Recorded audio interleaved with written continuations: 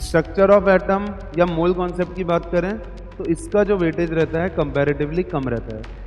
But आप लोगों को, सब बच्चों को पता होना चाहिए कि भाई मोल कॉन्सेप्ट के बिना आप लोग जो है फिजिकल केमिस्ट्री में कोई भी चैप्टर नहीं कर पाते हो। आपको इनऑर्गेनिक केमिस्ट्री में 100% पूरा एनसीईआरटी में डेडिकेशन रखनी है। आप लोगों ने जो फिजिक्स की न्यूक्लियर फिजिक्स पढ़ी है वह उतना काफ़ी रहता है।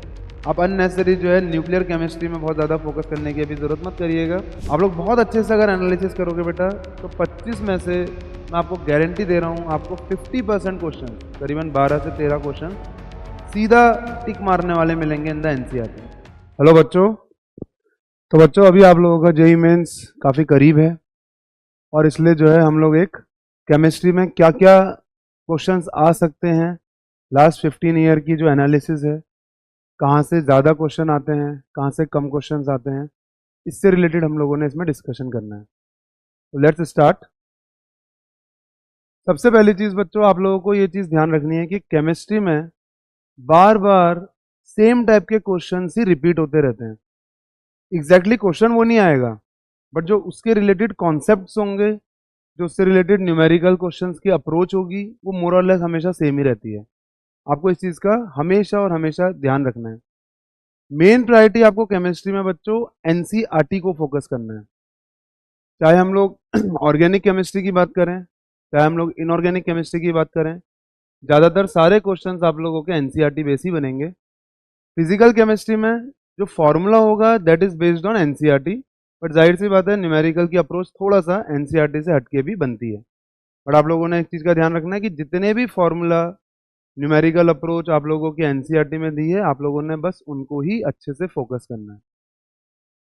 तो जैसे अगर हम लोग एक ओवरऑल स्ट्रेटेजी की बात करते हैं तो आप लोग देख सकते हैं कि लगभग 38% पेपर आप लोगों का फिजिकल केमिस्ट्री का बन रहा है। जब हम लोगों ने लास्ट 15 ईयर का डेटा उठाया तो अराउंड 38% क्वेश्चन आप लोगों के फिजिकल केमिस्ट्री के बने हुए हैं। 35% क्वेश्चन लगभग ऑर्गेनिक केमिस्ट्री के बने हैं और 27% क्वेश्चन आप लोगों के इनऑर्गेनिक केमिस्ट्री के बने हुए हैं। और इसमें भी अगर हम लोग फिजिकल केमिस्ट्री का भी डेटा देखेंगे अच्छे से तो आप देखेंगे कुछ टॉपिक्स ऐसे हैं जहां से हमेशा क्वेश्चंस आए हैं 4 से 5। ऐसे ऑर्गेनिक केमिस्ट्री में कुछ टॉपिक हैं जहां से बार बार क्वेश्चंस आते हैं। आप लोगों ने उन टॉपिक्स को ज़रूर अच्छे से फोकस करना है। तो लेट्स स्टार्ट। सबसे पहले हम लोग बात करते हैं बच्चों फिजिकल केमिस्ट्री की। फिजिकल केमिस्ट्री में मेनली 3 टाइप के क्वेश्चंस आप लोगों को देखने को मिलेंगे। पहले क्वेश्चन न्यूमेरिकल कैलकुलेशन वाले होंगे।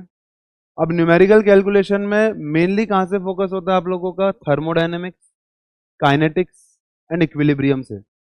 सारे के सारे क्वेश्चन अभी तक जितने भी न्यूमेरिकल बेस के देखे गए हैं, डायरेक्ट आप लोगों का जो है एनसीईआरटी बेस्ड क्वेश्चंस आए हैं। सीधा एनसीईआरटी के फॉर्मूला उसमें आप लोगों ने लगाने हैं। तो सबसे पहले क्वेश्चंस का ध्यान रखिएगा न्यूमेरिकल अप्रोच, जिसमें बच्चा सबसे ज़्यादा जो गड़बड़ करता है वो कहाँ पर करता है? यूनिट्स एंड डायमेंशन में। जब भी कोई क्वेश्चन आए तो ध्यान रखिएगा यूनिट कन्वर्जन में आप लोग बहुत अच्छे से फोकस करिए। यूनिट कन्वर्जन जो है सबसे ज़्यादा क्रूशियल पार्ट रहता है आप लोगों के फिजिकल केमिस्ट्री के न्यूमेरिकल्स का। दूसरे टाइप के क्वेश्चंस आते हैं बच्चों आप लोगों के ग्राफ इंटरप्रिटेशन क्वेश्चंस।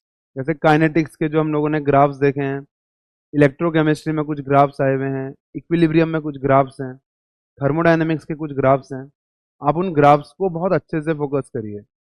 मेनली देखो फिजिकल केमिस्ट्री में 4 चैप्टर हैं आप लोगों के। एक है काइनेटिक्स, एक है इलेक्ट्रोकेमिस्ट्री, एक है थर्मोडायनेमिक्स, एक है इक्विलिब्रियम, जहाँ से वेटेज सबसे ज़्यादा रहता है। इसके अलावा जैसे थोड़े बहुत क्वेश्चंस आपके सोल्यूशन से आ जाएंगे। स्ट्रक्चर ऑफ एटम या मोल कॉन्सेप्ट की बात करें तो इसका जो वेटेज रहता है कंपैरेटिवली कम रहता है। बट आप लोगों को, सब बच्चों को पता होना चाहिए कि भाई मोल कॉन्सेप्ट के बिना आप लोग जो है फिजिकल केमिस्ट्री में कोई भी चैप्टर नहीं कर पाते हो। बट डायरेक्टली मोल कॉन्सेप्ट के क्वेश्चंस आपको कम देखने को मिलेंगे। तो इसलिए सबसे ज़्यादा आप लोग जो फोकस करिए वो करिए आप लोग काइनेटिक्स में, इक्विलिब्रियम पे, थर्मोडायनेमिक्स पे, इलेक्ट्रोकेमिस्ट्री पे। ये बहुत इंपॉर्टेंट आप लोगों के फिजिकल केमिस्ट्री के चैप्टर रहेंगे। तो सेकंड टाइप के जो अप्रोच है वो कहाँ से आ रही है आप लोगों की? ग्राफ इंटरप्रिटेशन से। और जो थर्ड टाइप के क्वेश्चन है बेटा वो आते हैं कॉन्सेप्चुअल ट्रैप्स। आपको जो है कॉन्सेप्चुअल ट्रैप्स दे देंगे। जैसे आप लोगों को डेल्टा एच और डेल्टा जी की वैल्यू दे देंगे, कहेंगे बताओ कौन ज़्यादा स्पॉन्टेनियस है, इसमें रिएक्शन ज़्यादा स्पॉन्टेनियस हो रही है। अब बच्चा अगर डेल्टा एच को फोकस करता हुआ रहेगा तो वो गलत कर जाएगा। जिसको पता है कि डेल्टा जी जिसका नेगेटिव है वो स्पॉन्टेनियस रिएक्शन होती हैं, वो अच्छे से कर पाएगा। तो ट्रैप्स को अच्छे से ध्यान रखिए। सिमिलरली जैसे which of the following statement is incorrect, कभी कभी क्या होता है आपको 3 स्टेटमेंट करेक्ट दे देंगे, एक इनकरेक्ट दे देंगे, और बच्चा जो है करेक्ट के हिसाब से जो है क्वेश्चन को सोचने लगता है। तो कॉन्सेप्चुअल ट्रैप्स में आपको बहुत ज़्यादा फंसाया जाता है, जिसमें आप लोगों ने बहुत अच्छे से ध्यान रखना है। आपसे एंट्रोपी ऑफ द सराउंडिंग पूछी जा रही है कि एंट्रोपी ऑफ द सिस्टम पूछी जा रही है, उसको अच्छे से रीड करिएगा कि सिस्टम के बारे में बात हो रही है कि सराउंडिंग के बारे में बात हो रही है। सिमिलरली इक्विलिब्रियम कॉन्सेप्ट्स की अगर हम बात करें तो इक्विलिब्रियम में आपसे केपी पूछा जा रहा है कि केसी पूछा जा रहा है, इस पर अच्छे से ध्यान रखिएगा। इलेक्ट्रोकेमिस्ट्री की अगर हम बात करें तो आपसे ई सेल पूछा जा रहा है कि ई नॉट सेल पूछा जा रहा है, इस चीज़ में अच्छे से ध्यान रखिएगा। ये थोड़े कॉन्सेप्चुअल ट्रैप्स होते हैं जहाँ पे बच्चा जनरली फंस जाता है। तो मेनली आप लोगों ने बेटा ये 3 टाइप की चीज़ों को फोकस करना है इन द फिजिकल केमिस्ट्री। एक तो न्यूमेरिकल अप्रोच, दूसरा ग्राफ इंटरप्रिटेशन, और तीसरे डायरेक्ट थ्योरेटिकल बेस्ड क्वेश्चंस होते हैं, बट उसमें जो है आप लोगों को कॉन्सेप्ट में ट्रैप करा जाता है। आप लोग उसका थोड़ा ध्यान रखिएगा। अगर इसी की जगह हम लोग ऑर्गेनिक केमिस्ट्री की बात करें बच्चों, तो ऑर्गेनिक केमिस्ट्री में जो सबसे इंपॉर्टेंट पार्ट है वो है आप लोगों का रिएक्शन मैकेनिज्म की क्वेश्चन। SN1 रिएक्शन मैकेनिज्म कब होनी है, SN2 रिएक्शन मैकेनिज्म कब होनी है, SNI कब होनी है, E1 कब होनी है, E2 कब होनी है, कब सेटजेफ मेजर होगा, कब हॉफमैन मेजर होगा, इन चीज़ों का बहुत अच्छे से ध्यान रखिएगा। जैसे सिमिलरली एडिशन रिएक्शन करने जा रहे हैं तो एडिशन रिएक्शन में वो सिन एडिशन होगा कि एंटी एडिशन होगा, इन चीज़ों का आप लोगों ने बहुत अच्छे से ध्यान रखना है। सबसे इंपॉर्टेंट क्वेश्चंस आप लोगों के मैकेनिज्म बेस ही रहने वाले हैं। दूसरे टाइप के क्वेश्चंस इसमें रहते हैं बेटा नेम रिएक्शंस। सबसे ज्यादा नेम रिएक्शंस कहाँ से आते हैं आपकी, जाहिर सी बात है अल्डिहाइड एंड कीटोन चैप्टर, और दूसरा चैप्टर कौन सा है, अमीन चैप्टर। तो इन दोनों चैप्टर की नेम रिएक्शंस को आप लोग बहुत ही ज्यादा अच्छे से फोकस करिएगा। अल्कोहल चैप्टर में मुश्किल से 3 या 4 नेम रिएक्शंस हैं, और नेम रिएक्शंस में कोई ऐसा आपको मैकेनिज्म्स भी ज्यादा डिटेल में जानने की जरूरत नहीं है। जैसे मान लीजिए हॉफमैन ब्रोमाइड डिग्रेडेशन है, मेंस में कभी भी जो है ये नेम रिएक्शंस के ऊपर ज़्यादा मैकेनिज्म्स नहीं पूछी जाती, सीधा आप लोगों से पूछा जाएगा कि भाई इस रिएक्टेंट से क्या प्रोडक्ट बनेगा। तो आप लोगों ने रिएक्टेंट्स को बहुत अच्छे से एनालाइज करना है। दूसरा, आप लोगों का जो इसमें रिएजेंट दिया जाएगा उसको बहुत अच्छे से फोकस करिएगा कि कौन सा रिएजेंट दिया गया है, ये एक इंपॉर्टेंट चीज़ रहती है। और तीसरे आप लोगों के बेटा स्टीरियो केमिस्ट्री एनालिसिस, ये बड़ा इंपॉर्टेंट फैक्टर रहता है। जैसे RS कॉन्फ़िगरेशन होता है, EZ कॉन्फ़िगरेशन होता है, सिस ट्रांस कॉन्फ़िगरेशन होता है, कैपिटल D कैपिटल L, कौन से कंपाउंड आपके ऑप्टिकली एक्टिव होंगे, कौन से कंपाउंड आपके ऑप्टिकली इनएक्टिव होंगे, इस टाइप के क्वेश्चंस का बहुत अच्छे से ध्यान रखिएगा। जैसे अगर सपोज करो ऐसे कुछ कुछ क्वेश्चंस ऐसे भी बनते हैं, इसमें सीधा पूछ देंगे 4-5 कार्बोकटाइंस दे देंगे, बोलेंगे बताओ कौन सा कार्बोकटाइन ज़्यादा स्टेबल है, कौन सा कार्बोकटाइन कम स्टेबल है। इवन कभी कभी ये भी देखने को मिला है कि आप लोगों से सीधा IUPAC से क्वेश्चन पूछ दें। ये सब इजी क्वेश्चंस होते हैं, बट जो आप लोगों ने सबसे ज्यादा फोकस करना है बेटा अपनी ऑर्गेनिक केमिस्ट्री के अंदर, वो इन 3 पार्ट में करना है। एक तो स्टीरियो केमिस्ट्री वाला part, RS configuration EZ configuration वाले पार्ट में, दूसरा आपको नेम रिएक्शंस वाले पार्ट में फोकस करना है, और तीसरा आप लोगों को रिएक्शन मैकेनिज्म्स को फोकस करना है। इन तीनों से सबसे ज्यादा क्वेश्चंस बनने के चांसेस रहते हैं, तो इनको बहुत अच्छे से ध्यान रखिएगा आप सारे बच्चे। अगर हम लोग बच्चों इनऑर्गेनिक केमिस्ट्री की बात करें तो इनऑर्गेनिक केमिस्ट्री में सबसे पहली और यही आखिरी बात होती है कि आप लोगों ने सिर्फ और सिर्फ एनसीईआरटी को ही फोकस करना है। एनसीईआरटी से डायरेक्ट क्वेश्चंस आएंगे, एनसीईआरटी से बाहर आज तक का क्वेश्चन नहीं आया इनऑर्गेनिक केमिस्ट्री में, और अगर एनसीईआरटी के बाहर आएगा तो वो किसी से भी नहीं होने वाला। तो इसलिए बहुत अच्छे से ध्यान रखिएगा, आपको इनऑर्गेनिक केमिस्ट्री में 100% पूरा एनसीईआरटी में डेडिकेशन रखनी है। तो पहले क्वेश्चन सीधा एनसीईआरटी से डायरेक्ट क्वेश्चंस बनते हैं। दूसरे पीरियोडिक ट्रेंड एप्लीकेशंस, ये बड़ा एक इंपॉर्टेंट फैक्टर रहता है। जैसे आयोनाइजेशन एनर्जी का ट्रेंड क्या होगा ग्रुप नंबर 13 का, ionisation energy trend of group number 14, radius किसका ज़्यादा होगा। ऐसे ही जो है आप लोगों का इलेक्ट्रॉन गेन एंथैल्पी सबसे ज़्यादा नेगेटिव किसकी देखने को मिल रही है, सबसे ज़्यादा पॉजिटिव किसकी देखने को मिल रही है। कुछ कुछ हमारे एनसीईआरटी डेटा में कुछ एलिमेंट्स के रिडक्शन पोटेंशियल्स दे रखे हैं, तो किनके रिडक्शन पोटेंशियल नेगेटिव हैं, किनके रिडक्शन पोटेंशियल पॉजिटिव हैं। सिमिलरली जैसे D and F block chapter है, तो डी एंड एफ ब्लॉक में आप लोगों का जैसे आ जाता है कि भाई M2 पॉजिटिव से M के रिडक्शन पोटेंशियल्स दिए हैं, किसका पॉजिटिव होगा किसका नेगेटिव होगा। तो आप लोगों ने ये जो है पीरियोडिक ट्रेंड्स को बहुत अच्छे से फोकस करना है।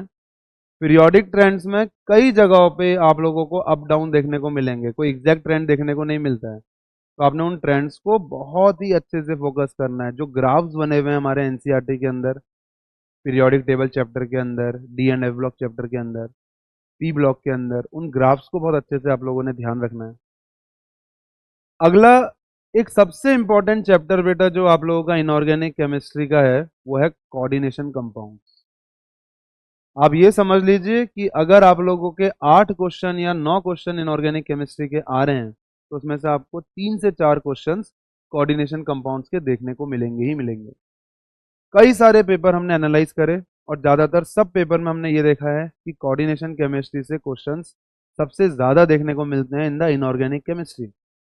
और कोऑर्डिनेशन केमिस्ट्री में भी ऐसा नहीं कि आप लोगों को कोई बहुत ज़्यादा अलग सिलेबस में जाना है, सिर्फ और सिर्फ एनसीईआरटी वाले टॉपिक्स को फोकस करिए। एंड द लास्ट थिंग जो आपको इनऑर्गेनिक में फोकस करनी है बेटा, that is exception based question.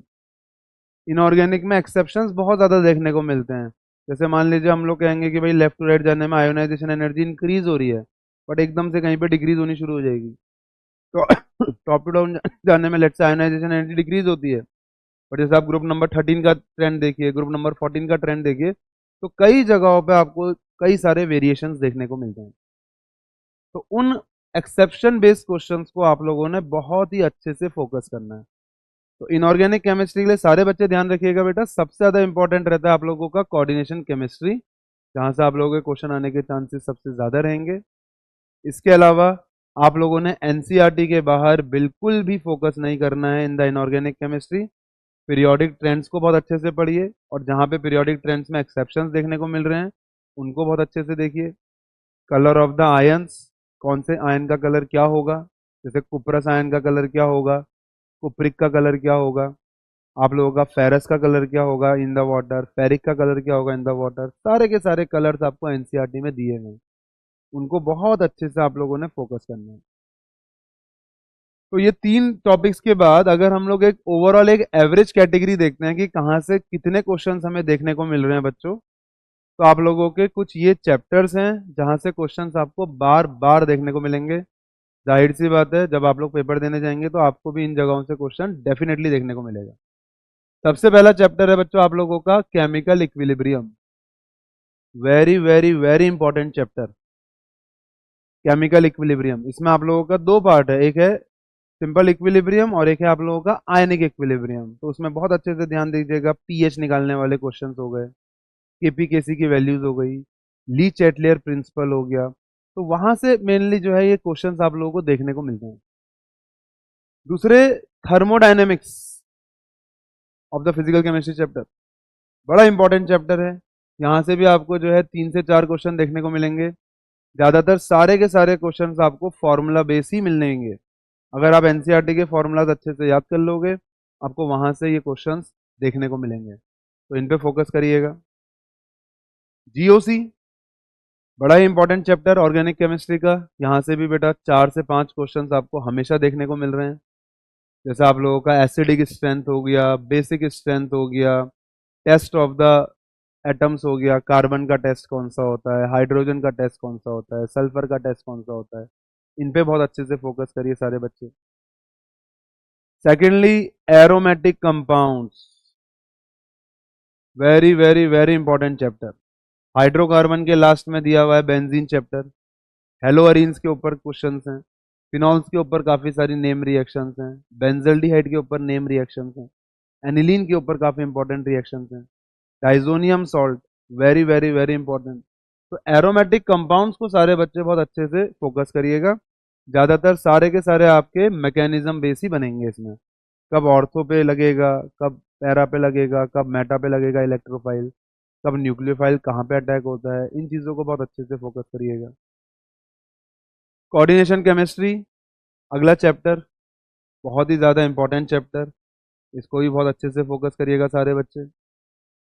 Electrochemistry, very important chapter, यहाँ से भी आपको 2 से 3 क्वेश्चन देखने को मिलेंगे ही मिलेंगे।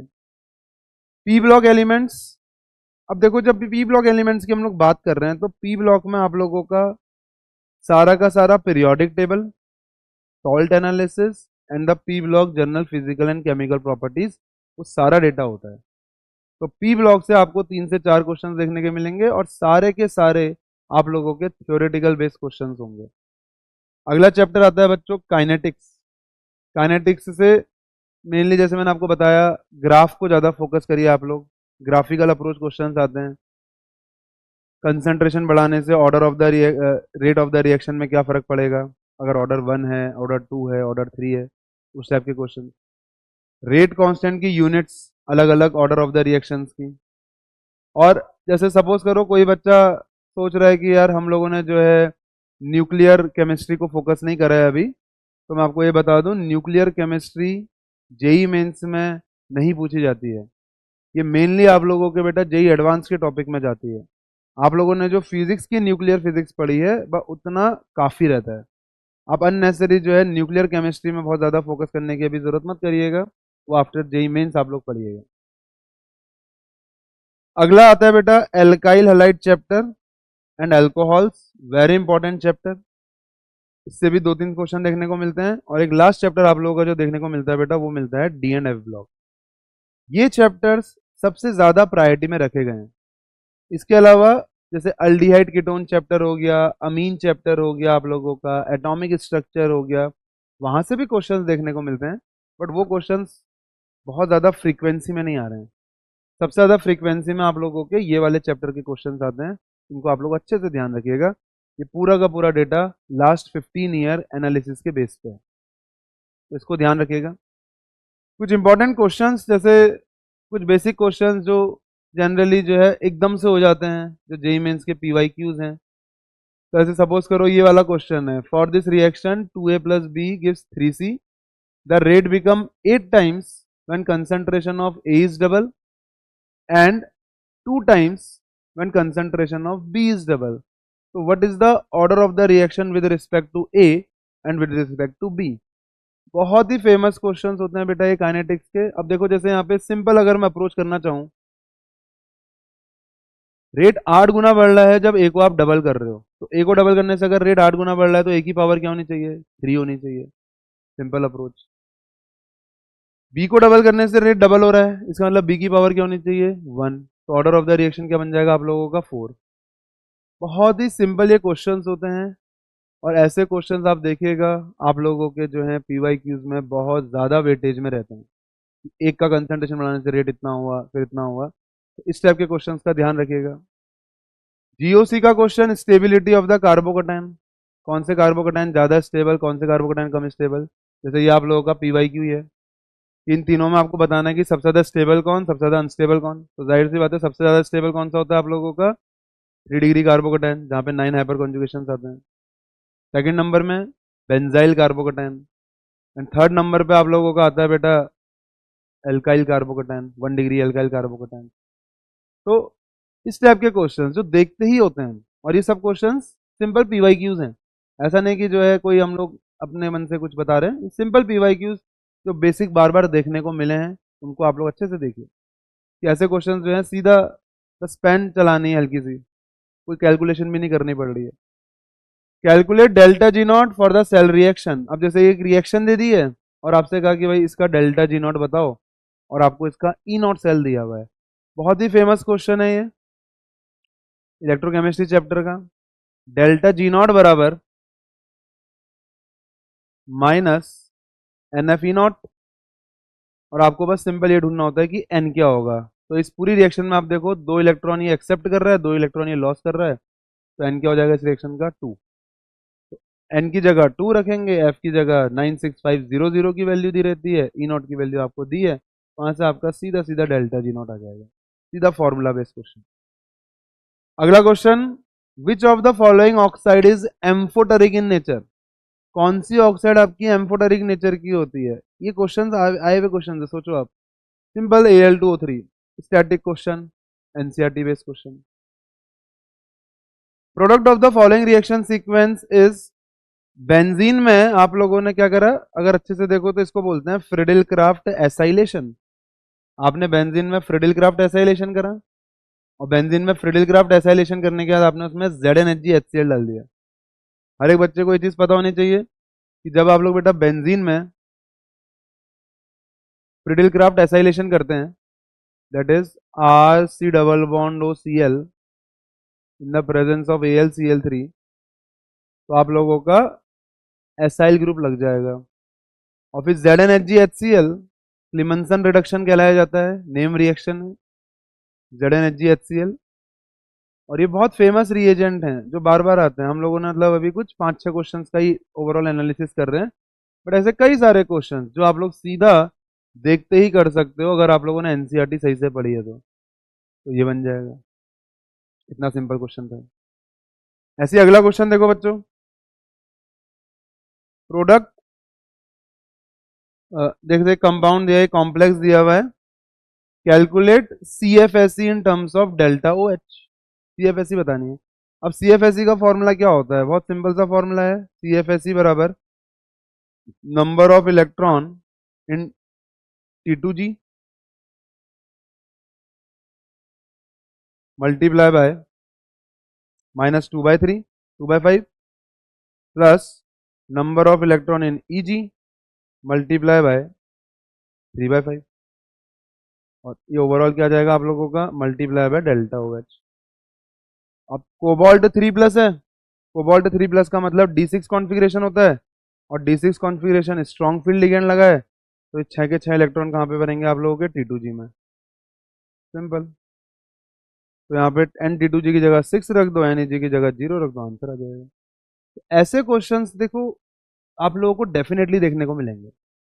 आप लोग बहुत अच्छे से अगर एनालिसिस करोगे बेटा, तो 25 में से मैं आपको गारंटी दे रहा हूँ आपको 50% क्वेश्चन, करीबन 12 से 13 क्वेश्चन सीधा टिक मारने वाले मिलेंगे इन द एनसीईआरटी।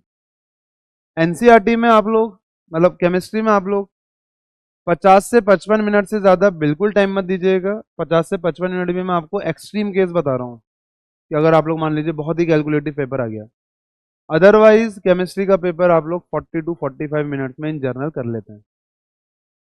अननेसेसरी बहुत ज़्यादा टाइम देने की जरूरत नहीं है कि कोई बच्चा जो है केमिस्ट्री में 1.5 घंटा दे रहा है, कोई बच्चा केमिस्ट्री में 1 घंटा 15 मिनट दे रहा है। ये सब बिल्कुल नहीं करना है। आपका जैसे ही केमिस्ट्री में बेटा 1 घंटे से ऊपर गया टाइम, आप केमिस्ट्री को स्टॉप कर दो, क्योंकि उसके बाद फिर केमिस्ट्री में टाइम देने का कोई सेंस नहीं है। आपके पास 2 और इंपॉर्टेंट चैप्टर बच सब्जेक्ट हैं, that is physics and maths. तो इसलिए बहुत अच्छे से ध्यान रखिएगा, टाइम मैनेजमेंट बहुत ही ज़्यादा इंपॉर्टेंट रहेगा। आप लोग केमिस्ट्री में 40 मिनट 45 मिनट ज़्यादा से ज़्यादा 55 मिनट तक टाइम दीजिएगा, उससे ज़्यादा टाइम देने की ज़रूरत नहीं है।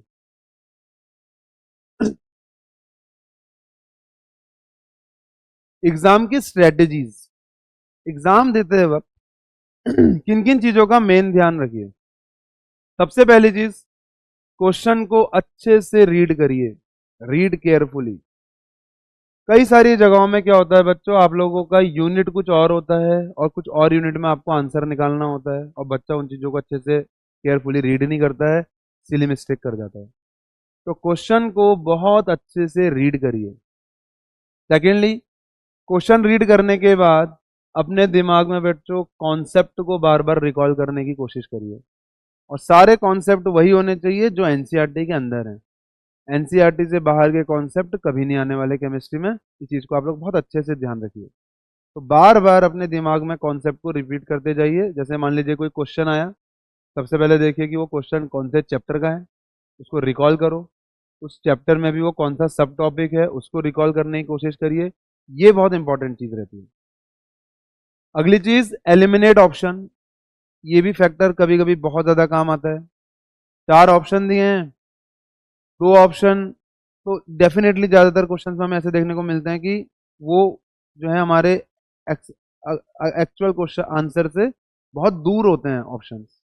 जैसे मान लीजिए कोई न्यूमेरिकल अप्रोच क्वेश्चन है, कोई न्यूमेरिकल बेस्ड क्वेश्चन है, 4 ऑप्शन दिए हुए हैं, और आप लोगों को ऑप्शन दे रखे हैं 220 200 2000, तो आपको बहुत अच्छे से बिना कैलकुलेशन करते ही आइडिया आ जाता है कि यार इसका आंसर जो है कहाँ तक होना चाहिए। तो ऐसी चीज़ों का ध्यान रखिएगा, एलिमिनेट करना। कभी कभी जो है कोई ऑप्शन आपको ऐसा मिलेगा जिसका कोई सेंस ही नहीं बनेगा उस क्वेश्चन से, उन चीज़ों को अच्छे से ध्यान रखिएगा। तो एलिमिनेट ऑप्शंस भी कभी कभी काम आता है। And last and most important thing, अपने आंसर्स को वेरीफाई ज़रूर करिए। हर एक क्वेश्चन करने के बाद उसको एक बार और अच्छे से देखिए कि आपने सही करा है कि गलत करा है। बच्चे लोग गड़बड़ क्या करते हैं, जल्दीबाजी के चक्कर से आप लोग वेरीफाई नहीं करते हो अपने आंसर्स को, और वेरीफाई ना करने की वजह से लास्ट में फिर आप लोगों का जो है सिली मिस्टेक्स वाला कॉन्सेप्ट होने लग जाता है। तो कोशिश करिएगा कि बार बार अपने आंसर्स को अच्छे से वेरीफाई जरूर करिए। न्यूमेरिकल क्वेश्चंस में बच्चों, जैसे सारी की सारी यूनिट्स को पहले ऐसा यूनिट में जरूर कन्वर्ट करिए। सिग्निफिकेंट फिगर्स का ध्यान रखिए। log 2, log 3, log 5, इन बेसिक वैल्यूज आपके सीधे दिमाग में रटी होनी चाहिए। इन चीज़ों का ध्यान रखिए। सिमिलरली कॉन्सेप्चुअल क्वेश्चंस के लिए बार बार अपने दिमाग में जो है एनसीईआरटी को रिकॉल करते जाइए, सिर्फ एनसीईआरटी को रिकॉल करते जाइए। चाहे फिजिकल केमिस्ट्री है, चाहे ऑर्गेनिक केमिस्ट्री है, चाहे इनऑर्गेनिक केमिस्ट्री है, आप लोगों का कभी भी एनसीईआरटी के बाहर क्वेश्चन नहीं बनेगा। मैं फिर से बोल रहा हूँ ये चीज़, अगर एनसीईआरटी के बाहर क्वेश्चन बनता है तो वो लगभग सब बच्चों से नहीं होने वाला। इसलिए बहुत अच्छे से ध्यान रखिएगा, आप लोग बार बार एनसीईआरटी को ज़रूर रिकॉल करिए। एटलीस्ट 10 to 15 टाइम्स आप लोग अभी एनसीईआरटी को रिपीट करिए, बार बार रिवाइज करिए। और अभी जैसे लास्ट के अब 20 दिन रह गए हैं मुश्किल से, तो आप लोग जो है बार बार मॉक टेस्ट दीजिए। हर दिन एटलीस्ट कोशिश करिए कि दो दो पेपर दे सकें। पेपर देने के बाद जो एरर हो रहे हैं उनको अच्छे से एनालाइज करिए, कहाँ पे आप लोगों का जो है क्या गलती रही, कहाँ पे क्या हो सकता था, क्या पे कहाँ नहीं हो सकता था। तो कम से कम 6 घंटे पेपर दो, 2 घंटे उसको एनालाइज करो, बाकी टाइम रिवीजन करो। आई होप इस टाइम पे सब बच्चों का एक फुल सिलेबस जो है रिवीजन हो गया होगा। एक बार सारा का सारा सिलेबस आप लोगों ने टच कर लिया होगा। बस अब आप लोग मेनली जो है क्वेश्चंस को बार बार फोकस करते जाइए। तो बच्चों ये कुछ इंपॉर्टेंट टिप्स हैं लास्ट 15 ईयर स्ट्रेटेजी के बेसिस में, कहाँ से ज़्यादा क्वेश्चंस आ रहे हैं, कहाँ से कम क्वेश्चंस आ रहे हैं, उसके ऊपर हम लोगों ने डिस्कशन करा है। फिजिकल केमिस्ट्री में 38% क्वेश्चंस आ रहे हैं, उस पर हम लोगों ने बात करी है। तो इन पे आप लोग बहुत अच्छे से फोकस करिएगा। Thank you very much.